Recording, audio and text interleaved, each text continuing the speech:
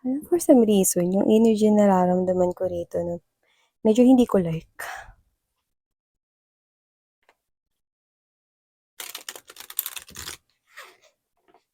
Kung sino 'to, hindi na kayo nawala sa isip niya.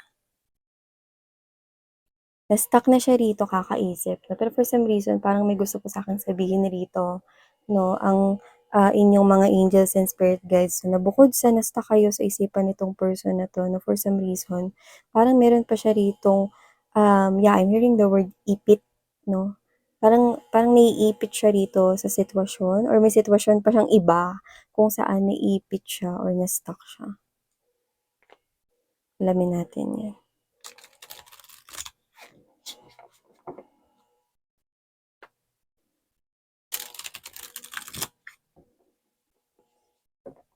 Maaaring may kinalaman sa pabigla-biglang desisyon. Kung sino man 'to parang 'di nag-isip ng mabuti.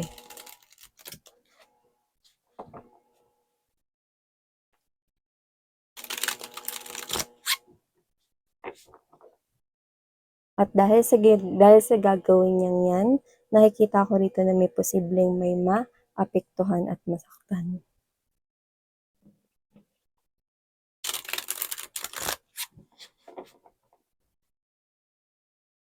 Well, I don't like the energy 'no. Iba. Ang sungit ng energy. Sungit.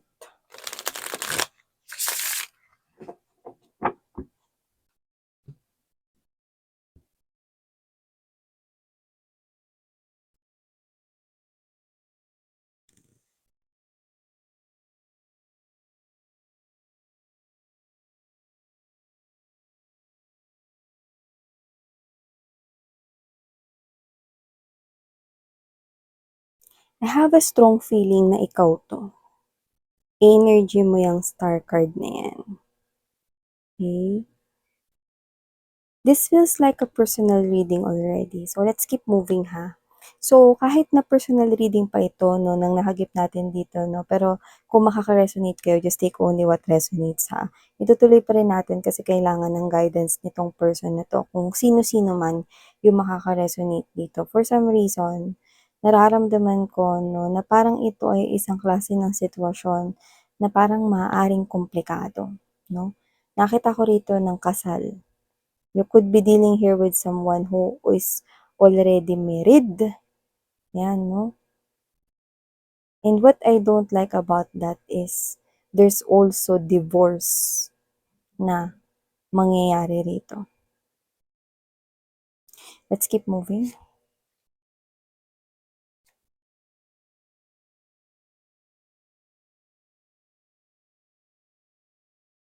Yeah.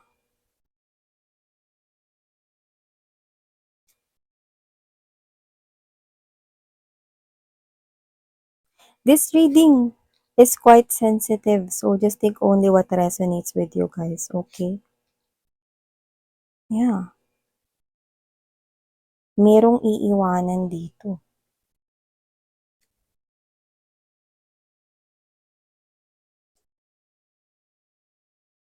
Look at that. 3, 3, 3. Could be seeing a lot of number 3s. There's really third parties right here. But before we start, okay, so let me just say hi and hello, new subscribers. Ako po si Yan. Welcome, welcome. At sa returning subscribers, thank you so much for your warm love at support ng binibigay po ninyo sa akin. So kung hindi nyo pa knows, mga babes, no, mayroon pa tayong other channels, no, you might want to make tambay din doon, no. So ang mga links po ay nasa description box. So here, na tayong gender, babae, lalaki, LGBT, lahat kayo welcome. And at the end of the day, you always have your free will. Malaya kayong gamitin yan. So, this is really sensitive, okay? Kumbaga sa TV, no, lumalabas na hindi ito pang bata, no? Parang rated RPG. Ano ba? Mga ganun. So, this feels to me as somewhat specific situation. Pero itutuloy pa rin natin, no? kasi maaring kayo yung nangangailangan ng guidance na ito. So we have here the Justice, the Chariot, the Star, which is I do strongly pick up na yun ang energy mo, babes. The Star. Okay? This person with the Justice card, Chariot in his or her energy, plus the Devil, Six of Wands, full card energy. Kung sino tong kadil mo, kasal na yan.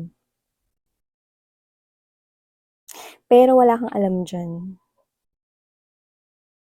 Meron ditong tao na nagkakagusto sa'yo at siya ay isang married individual or may commitment yan. May pananagutan na yan. So, pwedeng may anak na yan. Yan, no? So, may asawa yan. Yung nakikita ko rito. Okay? So, kung sino man yan, you do not have any connection. Like, hindi mo yan kilala. Pero may gusto yan sa'yo. You're getting my point? With the Star, you look so stunning. You look so bright. You look so beautiful. You look so attractive. You are definitely this person's here star. Someone he or she with the Devil wants to have and to hold. And whoever this individual is, pwedeng kasal na yan. At nakikita ko na tatakasan at aalisan niya, hihiwalayin niya yung asawa niya dahil sa'yo, which is hindi naman kayo magkakilala pero dahil sa'yo, kaya niya hihiwalayan yung partner niya. Strongly married yun or may pananagutan. Kung hindi sila kasal, pwede may anak sila nun. Hindi ko alam, lumalabas kasi bilang star. So, maaaring mala-artista ang datingan mo, babe. Or posibleng meron kang social media accounts, TikTok, YouTube, or any social media platforms. Pwede rin namang Facebook, okay, Instagram. You are so stunning. I'm seeing someone here na maraming followers or maraming friends. Okay? At saka pag meron talaga ditong pinost ka na picture, ang dami talagang likes. Okay? So, whether you are someone here who is owning social media applications or not, this is someone here you do not know. And this person here is making a decision na hiwalayin yung asawa niya. Or umalis sa kanila or takasan yun dahil sa'yo. Huh? Oh, alam ko ganun yung reaction mo, ha? Miss yan? Yan o. So, hindi ko alam kung anong klase talaga na pero nakita ko rito ng posible na hindi ko alam kung may singer ba dito or maganda yung boses mo kahit hindi ka singer. May ganun tayo nakukuha rito. At nakikita ko, no, na meron ka rin ditong strong energy, na meron ka ritong pwedeng meron ka na ring asawa or meron ka ng boyfriend or girlfriend at nakikita mo na yun, no, na forever mo. Yung iba pwedeng engaged na kayo sa iyong partner dito, no. So, meron ka ring person sa'yo. Etong person na 'to, na hindi mo kilala, na makikipaghiwalay sa person niya, 'no, walang kaalam-alam sa buhay mo. Wala, parang wala, totally na blackout na siya with the Devil right here. Na blackout na siya rito, na gustong-gusto ka na niya, sobra to the point na pati yung pamilya niya rito iniwan niya. Yung kasal pinawalang bisa niya. Well, I must say, whoever this individual is, may datong siya. So, mabilis lang talaga. Okay? Yung magiging takbo, no, ng pera, no, hindi problema yung pagbabayad sa annulment or divorce. Marriage is really strong here. So, kung hindi kasal, meron siya kinakasama. May anak sila. Kung hindi sila kasal, may kinakasama siya, may anak sila. Yun yung responsibilidad, no? May nakataling responsibilidad sa tao na yan, no? Pero iiwanan niya yan, no, dahil sa'yo. At dito nakikita ko na parang isang beses o dalawang beses ka lang niya nakita. So, hindi ko alam kung bakit ganito kalakas yung tama niya sa'yo para kakaloka. Kahit ako naloka sa reading na ito. Pero yun talaga, no, meron ditong maiiwanan. Ayan, no? So, nakikita ko rito na wala kayong kamalay-malay na meron na palang nagdedesisyon dito na makipaghiwalay sa partner nila or sa asawa nila 'no, just to move towards you, 'di ba? Para mas makilala ka pa rin dito, eh, ikaw wala kang kamalay-malay 'no, na wala siyang kamalay-malay na meron ka rin 'no, puwedeng meron ka na ring partner, may asawa ka na or meron ka na rito 'no na, person na gusto mo ritong makasama 'no sa iyong lifetime, 'yan 'no. So, yung ibig sabihin niyo siguro 'no, you are someone here na kapansin-pansin talaga yung ano, yung dating niyo 'no, kapansin-pansin talaga rito 'no yung aura niyo, kapansin-pansin rito 'no yung mga, um, physical appearance mo, there's something in you 'no, basta gano'n. Kasi dito parang gumawa siya agad ng mabilis na desisyon, eh, kagaya ng sinabi ko sa inyo kaya nga pati ako nagulat. Kasi posibleng isa o dalawang beses ka pa lang niya nakikita. Tapos itong matagal niya na kinakasama, kung iwanan niya ang bilis lang din sa 4:00. Excuse me. Ibig sabihin see? Clear ko yung throat ko na so baka maaaring naghahanda na siya no, kung papaano niya sasabihin sa partner niya na maghihiwalay na sila, 'yan. Ibig sabihin malakas yung tama niya sa'yo. Ikaw kasi wala ka ritong kaide-ideya na may ganito na pala. Alam mo yung energy niya, yung parang siya yung klase ng isang fan, parang fan mo siya 'no, gano'n na lang natin i-describe 'no. Sobrang humahanga siya sa'yo, na para ka ritong um, isang napaka-unique na diamond na kumbaga parang isa lang yang diamond na yan sa buong earth na available. So in short, gusto niyang makuha yung diamond na yun, 'di ba? So paano 'to miss hindi niya inalam muna yung background ko kung may asawa ba ako, may boyfriend ba ako, may girlfriend ako rito 'no? Hindi, yun nga yung nakakaloka, eh. Pero dito lumalabas hahanapin ka niya. Yun 'no, gagamit siya rito ng koneksyon plus yung pera niya. May posisyon 'to sa ano, sa trabaho niya. Kung hindi baka business entrepreneur or owner siya. May pera siya, may koneksyon. Kaya rin niyang hanapan 'to ng background ikaw, kaya niya rin yun. Kaso parang hindi niya na yun kailangan kasi masyado siyang nahuhumaling sa'yo. To the point na nagdesisyon na siya agad. Kaya ako nga ginamit na yung ano, eh, yung example na yun, eh. 'Di ba yung example ko? You are like a gem or that precious stone na isa lang yan sa buong universe, isa lang yan sa buong earth, 'no? Ibig sabihin gusto niyang makuha yun at ikaw yun. So dito hindi niya na kailangan alamin pa kung may asawa ka or may pamilya ka na or whatever 'no, like this person here is nagdedesisyon na agad 'no, na pumunta sa'yo rito at iwanan yung pamilya niya. Parang, dito nakita ko na nakikipaghiwalay siya at kung may anak sila nasusustentuhan na lang daw niya, mga gano'n. So, whoever this individual is na medyo na-turn off ako dun, 'no. Pero dahil sobrang lakas ng tama niya sa'yo, pupunta siya rito sa'yo, ayun oh. Magta-try siya rito sa'yo kaso may masasaktan. May mag-iisip dito yung asawa niya or yung partner niya rito. Ayan oh. Hindi ko nakikitang susugurin kayo nito, mabait siya, eh. Hinayaan niya lang rito na umalis na 'yan, asawa niyang mokong 'no. Kung sino man 'to, papunta 'yan sa'yo rito. Ayan oh. Makikipag-usap 'yan sa'yo, makikipag-communicate 'yan, may connection siya, eh, may mga connection siya dito.